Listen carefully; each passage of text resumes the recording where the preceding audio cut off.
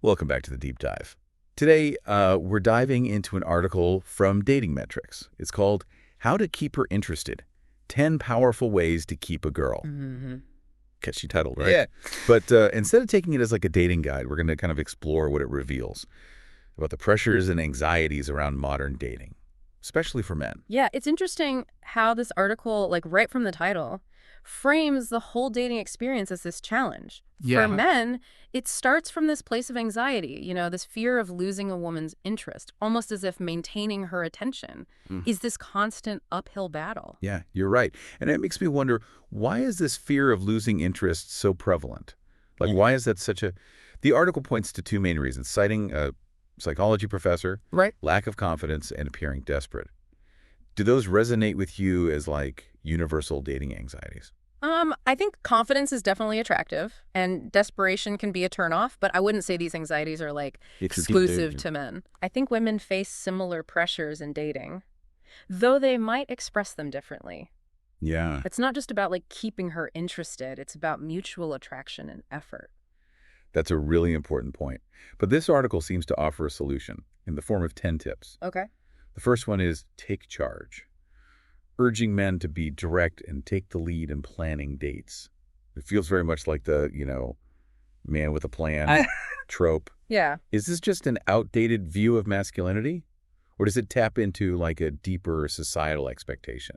I think there's definitely a societal expectation for men to take charge, stemming from traditional gender roles. Yeah. Some women might appreciate a partner who's assertive and takes initiative, especially early on. It can signal confidence.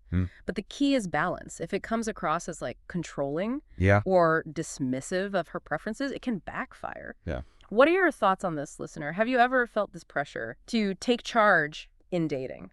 It's interesting how this emphasis on taking charge connects to the second tip, keeping it creative, which encourages men to add value to the dating experience. It almost sounds like a transaction, doesn't it? Yes, it does seem to imply like Yeah. a transactional view of dating. But- But I think it's important to distinguish between being genuinely interesting and feeling like you have to constantly perform or put on a show. Authenticity is crucial for building a genuine connection. Yeah. Have you ever felt this pressure to constantly add value in dating, listener? So instead of trying to orchestrate these grand gestures or come up with the perfect date ideas, maybe the focus should be on being present, being yourself, Yeah. letting those shared experiences unfold organically. Exactly. It's about letting your genuine personality shine through and allowing those natural points of connection to emerge. Which brings us to the next tip, maintain mystery, which seems to contradict this idea of authenticity. How much mystery is healthy versus manipulative in a relationship? Where do you draw the line between being intriguing and intentionally withholding information? A little mystery can be alluring in the early stages, but it's a slippery slope. The article even suggests being evasive when she asks about your past relationships. Healthy relationships are built on open communication and vulnerability, not on playing games or creating a carefully curated persona. What are your thoughts on this, listener? Do you think a little mystery is harmless fun, or can it be a red flag? I'm with you on that. Yeah. It seems like building trust and intimacy requires a willingness Hmm. to be open and vulnerable, Yeah. to share your true self with your partner. Mm-hmm. But the article then goes on to say, maintain interesting conversation topics, implying the men should always have something fascinating to say. Doesn't this put undue pressure on them to be on all the time? Yes, it sets up this unrealistic expectation that you always have to be entertaining. It's like you're constantly being evaluated on your ability to hold someone's attention. But real connection goes beyond surface level conversation. It's about finding those moments of shared understanding, even in comfortable silence. Have you ever felt this pressure to be a constant source of entertainment in dating, listener? It's like those moments when you're comfortable enough to just be yourselves, to enjoy each other's company without feeling the need to fill every silence with witty banter. Exactly. Those moments can be incredibly intimate and meaningful, and it's in those quiet spaces where true connection often blossoms. That actually leads perfectly into the next tip, be a gentleman, which at first glance seems to contradict this idea of constant engagement. The article talks about giving her space Right. when you're not together and respecting her boundaries. How do you reconcile these seemingly conflicting pieces of advice? I think it highlights the delicate balance between being attentive and giving your partner space to breathe. Yeah. It's not about playing hard to get, but rather about having a fulfilling life outside of the relationship. When you're secure and confident in yourself, it naturally makes you more attractive. So it's not about scarcity or playing games, Yeah. but about genuinely having your own passions and interests, which in turn makes you a more well-rounded and interesting partner. Exactly. It goes back to that idea of being a whole person, not just an extension of the relationship. And that's something we can all strive for, regardless of gender. Have you ever felt this pressure to be constantly available in a relationship, listener? That's a great point. And it makes me think about how modern technology has blurred the lines between personal space and constant communication. How do you navigate those boundaries in today's hyper-connected world? It's definitely a challenge, the constant access we have to each other through texting. Yeah. And social media can create this expectation of immediate responses and constant availability. Yeah. But it's important to set healthy boundaries Yeah. and communicate your needs. Have you ever struggled with setting those boundaries in your own dating life, listener? And speaking of communication, the next tip is show genuine interest, which emphasizes the importance of paying attention to her interests, asking questions, and making her feel heard. But how do you walk that line between being genuinely interested and feeling like you have to force it? That's where authenticity comes in. If you're genuinely curious about someone, their passions will naturally pique your interest. You don't have to become an expert in everything. But showing a willingness to learn and engage with her world speaks volumes. It's about that shared exploration, finding those points of connection, even if your interests aren't identical. Exactly. And it's important to remember that relationships are a two-way street. She should be showing genuine interest in your life as well. It's about that mutual curiosity and respect. Yeah. What do you think, listener? Have you ever experienced that feeling of genuine connection when someone shows a genuine interest? In what makes you tick? It's interesting how the article then shifts gears and cautions against becoming too comfortable. The next tip, don't get complacent, warns against letting yourself go, which I think is a loaded term. Is it inevitable that relationships lose that initial spark? Or is there a way to keep things exciting while still embracing that comfortable familiarity? That's a great question. It's natural for the initial intensity to fade as you become more comfortable. But that doesn't mean the relationship has to become stagnant. It's about finding ways to keep growing together, both individually and as a couple. Exactly. It's not about trying to recapture that honeymoon phase, but rather evolving into a deeper, more mature connection. What are your thoughts on this, listener? Have you ever felt that pressure to keep things constantly exciting in a relationship? And that evolution involves open communication, trying new things together, and supporting each other's growth and aspirations. It's about remembering that a relationship is a journey, not a destination. Well said. And speaking of growth, the next tip, don't be a yes man, actually encourages a bit of friction in the relationship. Oh. The article suggests challenging her and not being afraid to disagree. But how much disagreement is healthy in a relationship? Where do you draw the line between healthy debate and constant conflict? That's a delicate balance, isn't it? I think healthy relationships require honest communication, and that includes expressing differing opinions. It's not about being contrarian just for the sake of it, but rather engaging in respectful dialogue and understanding each other's perspectives. Absolutely. And it's important to choose your battles wisely. Yeah. Not every disagreement needs to turn into a full-blown argument. Yeah. Sometimes it's okay to agree to disagree and move on. What do you think, listener? How do you navigate disagreements in your own relationships? I think it's also about recognizing that disagreements can actually strengthen a relationship when they're approached with mutual respect and a desire to understand each other's point of view. It's about seeing those differences as opportunities for growth rather than threats to the relationship. That's a great perspective. Now, the final tip, don't stop flirting, seems to contradict this idea of settling into a comfortable routine. The article even goes so far as to mention the next guy in line, waiting to swoop in if the spark fades. What do you make of this constant emphasis on competition? It seems like this competitive framing can create a lot of insecurity and distrust. It shifts the focus from building a strong connection to constantly proving yourself, which can be exhausting and ultimately damaging to the relationship. What are your thoughts on this, listener?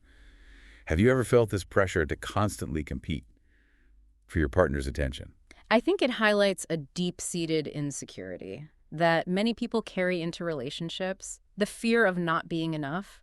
But a healthy relationship is built on a foundation of trust and security, not on the fear of losing someone to a hypothetical rival. Yeah. It's about being present and appreciating the connection you have, rather than constantly looking over your shoulder. It's like that saying, comparison is the thief of joy.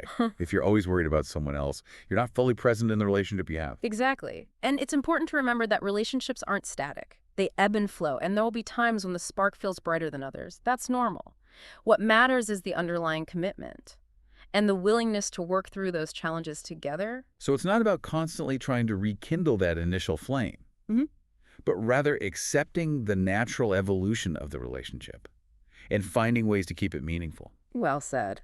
And now that we've dissected all 10 tips, I think it's clear that while they offer some surface-level advice, they also reveal some deeper anxieties and misconceptions about relationships. Yeah, the article seems to focus on keeping her interested, as if it's a game of strategy.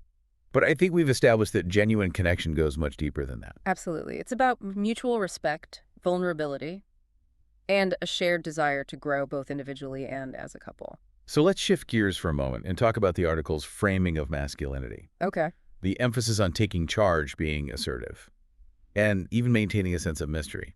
Do you think these perpetuate outdated ideas about what it means to be a man? That's a complex question. And I think it's important to acknowledge that masculinity is a spectrum. There's no one-size-fits-all definition. However, the article's emphasis on traditional masculine traits can reinforce the idea that men need to be dominant and in control, which can be limiting and even harmful. It can create pressure for men to conform to a certain mold and suppress their emotions, which can lead to all sorts of problems in relationships.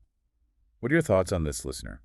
Have you ever felt this pressure to conform to certain masculine ideals in your own life? It's important to create a space for men to express themselves authentically and define their own versions of masculinity. Yeah. And on the flip side, it can create unrealistic expectations for women who may feel pressured to be passive or submissive. It's like we're still grappling with these outdated gender roles, even in the context of modern dating. And it seems like these limiting beliefs can lead to a lot of misunderstandings and misconnections. Absolutely. And I think it's important to have open and honest conversations about these expectations and challenge the assumptions that underlie them. Right. It's about creating a space for both men and women to express themselves authentically and define their own versions of masculinity and femininity. What do you think, listener? Have you ever felt limited by these traditional gender roles in your own dating life? And I think that's a key takeaway from this deep dive. It's not about following a set of rules or trying to manipulate someone into being interested. It's about being true to yourself, communicating openly, and finding someone who values you for who you are.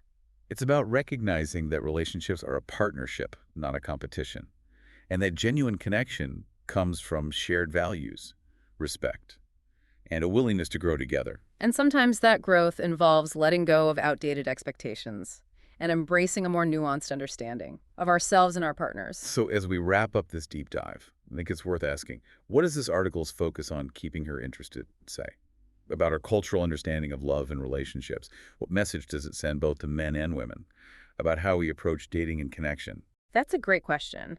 And I think it highlights the tendency to view relationships as something to be acquired and maintained, rather than something to be nurtured and shared.